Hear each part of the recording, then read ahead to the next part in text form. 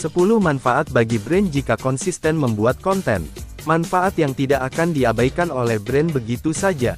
Bentuk konten di era internet seperti saat ini semakin hari semakin beragam dan kreatif. Konten yang beragam tersebut tidak jarang digunakan untuk kepentingan komersial seperti mengenalkan produk ataupun memberikan penawaran jasa. Namun meski konten sudah sejak lama dikenal di dunia pemasaran, tidak banyak brand yang menyadari bahwa perlu untuk membuat konten secara konsisten. Jangankan untuk konsisten membuat konten, brand yang tidak mengerti bahwa pemasaran membutuhkan konten pun juga masih terjadi. Di artikel kali ini saya ingin menunjukkan bagaimana brand yang konsisten membuat konten akan bisa mendapatkan banyak manfaat. Tidak hanya tentang manfaat pemasaran tetapi juga untuk meningkatkan penjualan dan menjaga loyalitas konsumen. Artikel ini merupakan pengembangan dari tulisan saya sebelumnya yang membahas tentang pentingnya konten di era internet. Pengembangannya terletak pada manfaat yang bisa didapatkan jika brand secara konsisten membuat konten. Salah satu rujukan tentang pentingnya konsistensi adalah hasil survei yang dilakukan oleh McKinsey tentang kepuasan konsumen. Dalam survei tersebut disebutkan bahwa sebuah brand harus bisa melakukan 3 konsistensi selama berinteraksi dengan konsumen. Salah satunya adalah konsisten untuk berkomunikasi. Nah, aspek komunikasi inilah yang akan banyak saya bahas kali ini dengan mengedepankan konten sebagai bagian dari komunikasi pemasaran. Kira-kira apa saja manfaat dari konsisten membuat konten bagi brand? Berikut adalah ulasannya. 1. Menurunkan biaya pemasaran. Memproduksi konten secara konsisten akan menurunkan biaya yang dibutuhkan untuk pemasaran. Selain karena konten bersifat terus-menerus, proses kreatif konten juga bisa diperingkas. Hanya saja, konsekuensi lain dari konten yang banyak adalah seringkali kualitas konten menurun. Namun jika brand mampu untuk menjaga konsistensi dan terus berusaha untuk memproduksi konten berkualitas, biaya yang dikeluarkan akan relatif lebih murah dibandingkan dengan membuat iklan satu kali untuk ditayangkan di televisi ataupun melalui media konvensional lainnya. Sebagai gambaran, untuk konten artikel yang dibutuhkan blog bisnis selama 1 bulan adalah sekitar 10 konten. Jika brand ingin lebih intensif bisa menaikkan frekuensinya menjadi 30 konten per bulan. Biaya yang dibutuhkan untuk membuat konten artikel untuk website dengan intensif umumnya berkisar antara 3-5 juta. Jika Anda memiliki tim konten sendiri, tentu saja biaya tersebut bisa menurun. Sementara biaya di televisi untuk 1 kali penayangan iklan 30 detik bisa mencapai puluhan juta. Koran, majalah atau media cetak lainnya juga membutuhkan biaya jutaan hanya untuk tampil dalam 1 edisi. Tentu hal ini akan semakin membuat brandmu kesulitan menentukan tempat di mana harus beriklan. Karena media konvensional cenderung terbatas waktu. Menariknya, sosial media dan platform digital menawarkan hal media beriklan yang lebih efektif namun dengan harga lebih murah. Selain karena sifatnya yang akan terus-menerus ditayangkan tanpa melihat waktu, saya akan membahas terkait kajian aspek harga konten ini di artikel yang berbeda. 2. Meningkatkan awareness. Manfaat berikutnya adalah brand akan mendapatkan awareness dari audiens. Dengan semakin sering brand menampilkan diri di platform tempat berkumpul target market, brand akan sering terlihat oleh audiens. Semakin sering terlihat artinya akan semakin banyak yang pernah tahu tentang brandmu. Tentu saja mendapat awareness saja tidak cukup, brand harus bisa membawa audiensnya menuju ke tahap-tahap berikutnya. 3. Memperbanyak titik interaksi dengan audiens. Semakin banyak konten, brand akan semakin banyak memiliki titik interaksi dengan audiens. Beberapa pakar marketing bahkan ada yang menyarankan brand untuk melakukan omnichannel marketing dengan 360 strategi. Ini adalah metode marketing dengan menyerbu target market melalui berbagai macam iklan melalui banyak saluran strategi. Di era internet dan ponsel pintar seperti saat ini, audiens tersebar di berbagai saluran. Ada yang berada di laptop atau komputer persona, ada yang berada di televisi pintar, ada yang berada di sosial media, ada pula yang mendengarkan radio internet. Di mana-mana ketemu dengan brand ini, adalah ciri dari kesuksesan iklan sebuah brand dengan metode omnichannel. 4. Mengedukasi pasar. Pasar yang belum teredukasi akan lebih sulit untuk ditawarkan produk atau jasa dibandingkan dengan pasar yang sudah mengerti bahwa mereka membutuhkan sebuah solusi. Melalui konten kamu bisa melakukan edukasi pasar dengan lebih konsisten dan efektif karena brand terus-menerus menyampaikan pesan dan berinteraksi dengan audiens. Di era digital seperti saat ini, pembeli akan selalu melakukan riset sebelum melakukan pembelian. Dan riset tersebut akan dilakukan dengan berinteraksi dengan konten melalui berbagai macam platform seperti mesin pencari, sosial media ataupun toko online. 5. Memicu perbincangan. Brand yang memproduksi juga akan bisa lebih mudah memicu perbincangan di antara audiens. Seperti sebuah pemasaran paling kuno yakni pemasaran mulut ke mulut, konten akan menjadi pesan yang diperbincangkan oleh audiens.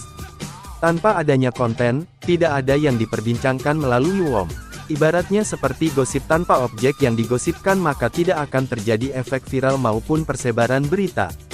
Jadi jika konten berhasil untuk membuat konten yang mudah dibagikan, shareable, brand akan mendapatkan banyak keuntungan dan pemasaran yang jauh lebih terjangkau. Konten yang mudah untuk diperbincangkan ini biasanya sering terjadi melalui saluran distribusi konten seperti sosial media karena saat ini memang populasi pengguna sosial media begitu besar. 6. Membangun kepakaran. Brand pada dasarnya harus paham tentang produk atau jasa yang ditawarkan. Tidak ada tawar-menawar tentang hal ini. Namun kerap kali audiens kesulitan untuk melihat bahwa brand memiliki keahlian tentang solusi yang ditawarkan. Bayangkan bagaimana jika sebuah brand produsen ban truk tidak mengerti seperti apa kualitas ban yang baik untuk berkendara di saat hujan. Begitu juga jika brand pakaian olahraga tidak mengerti bahan apa yang paling baik untuk digunakan seorang atlet atau olahragawan untuk berolahraga. Tentu hal tersebut akan menurunkan kredibilitas brand. Tanpa kredibilitas, audiens tidak akan berani untuk mengeluarkan uangnya untuk sebuah produk yang tidak terjamin. Itu sebabnya melalui konten brand sebenarnya memiliki peluang untuk bisa menunjukkan bahwa brand memiliki kepakaran di bidang yang digeluti. Melalui konten, brand tidak hanya bisa mengedukasi tetapi juga membangun kredibilitas bahwa memang brand memiliki kapabilitas untuk memproduksi ataupun menawarkan jasa yang memang solutif bagi konsumen. 7. Membangun kepercayaan. Konten yang konsisten dari brand akan juga memberikan rasa percaya oleh audiens karena brand terlihat terus-menerus aktif. Konten yang konsisten tidak menimbulkan keraguan bahwa brand tidak lagi beroperasi. Ataupun tidak menimbulkan ketakutan bahwa brand tidak bertanggung jawab karena berada di tempat yang sama setiap saat, sosial media, website misalnya. Bila pembeli ada keluhan atau ingin mempertanyakan sesuatu, mereka mudah untuk menjangkau brand. Ingat bahwa pembeli hanya akan melakukan pembelian ketika mereka telah percaya dan yakin. Sehingga tugas brand sebagai pakar adalah menghilangkan alasan-alasan yang menimbulkan rasa takut dan meningkatkan rasa percaya konsumen pada brand untuk mengambil keputusan. Inilah manfaat mengapa setiap saluran yang dimiliki oleh brand wajib untuk konsisten dipelihara. 8. Mendatangkan permintaan. Ketika audiens melihat konten brand, mulai melihat, mendapatkan edukasi, kemudian teredukasi bahwa mereka membutuhkan solusi dan akhirnya percaya bahwa brand adalah pakar yang bisa menjadi penyedia solusi, maka audiens akan mulai berani untuk meminta solusi. Ini sebenarnya adalah proses selengkapnya dari proses nyaris terjadi penjualan. Konsumen bisa mulai untuk bertanya dan menjadi lead pada brand karena audiens mulai yakin dengan pilihannya. Mendatangkan permintaan tidak hanya bisa dilakukan dengan memasang iklan hard selling dengan berteriak dan menyantumkan harga produk besar-besar. Tetapi juga bisa dilakukan dengan konten yang konsisten dengan sesekali memberikan penawaran khusus. Alhasil dengan meningkatnya permintaan tentu akan meningkatkan penjualan. 9. Meningkatkan pengalaman konsumen dengan brand. Ingat, pengalaman konsumen dengan brand tidak hanya terjadi ketika konsumen melakukan transaksi dengan brand. Tetapi juga terjadi sepanjang waktu dari saat audiens melihat brand pertama kali hingga setelah pembelian. Terutama di bagian usai pembelian atau after sales, brand perlu untuk menjaga relasi dengan konsumen karena mereka adalah pembeli yang sudah pernah merasakan bagaimana sebuah produk atau jasa. Apakah produk tersebut telah menyelesaikan masalah yang dihadapi? Apakah jasa tersebut benar-benar solutif? Hanya para pembelilah yang pernah merasakannya. Pernahkah kamu berinteraksi dengan konten sebuah brand berupa video perjalanan, kemudian membaca majalah perjalanan dan saat usai kamu mendengarkan pantun? Saya yakin kamu bisa menerka brand apa itu. Disadari atau tidak, seluruh interaksi tersebut meningkatkan pengalaman konsumen dengan brand. Sehingga kamu menjadi semakin ingat bahwa brand tersebut pernah membantu aktivitas dan juga menjadi solusi kebutuhan. Oleh karena itu melalui konten, brand juga perlu untuk terus-menerus berinteraksi dengan para pembeli. Bukan hanya untuk mengajak mereka untuk membeli kembali suatu saat, tetapi juga bisa menjadi basis loyalis bagi brand yang akan bisa meningkatkan reputasi brand. 10. Membangun loyalitas konsumen dengan brand. Menjadi loyal memang adalah sebuah pilihan, tetapi untuk membuat konsumen menjadi loyal dibutuhkan sebuah alasan. Tentu saja alasan pertama bisa jadi berupa produk atau jasa yang memang memberikan solusi, bernilai value tinggi dan memberikan benefit lebih. Menariknya, konten pun bisa menjadi alasan untuk konsumen menjadi pembeli yang loyal. Salah satu tanda loyalitas adalah dengan berlangganan ataupun sekadar mengikuti follow akun sosial media brand.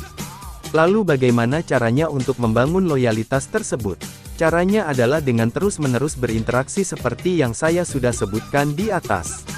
Terus-menerus berinteraksi ini hanya bisa dicapai jika brand secara konsisten mempublikasikan konten untuk meraih perhatian dan selalu memberikan value yang lebih.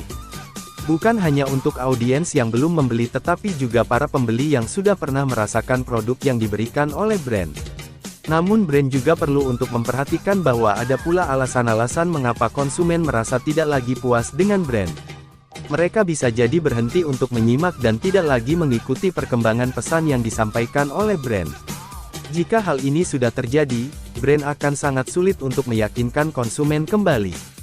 Nah, kira-kira itulah 10 manfaat mengapa brand harus konsisten membuat konten. Manfaat-manfaat ini seharusnya meyakinkan brand untuk tidak lagi ragu untuk terus-menerus memproduksi konten.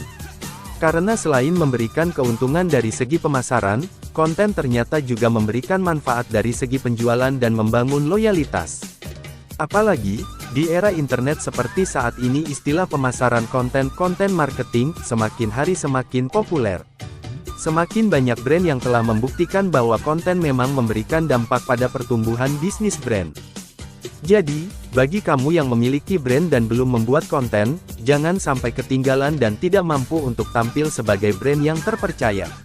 Karena permainan konten adalah tentang permainan top of mind atau bertarung menancapkan ingatan tentang brand di benak audiens sebagai penyedia solusi.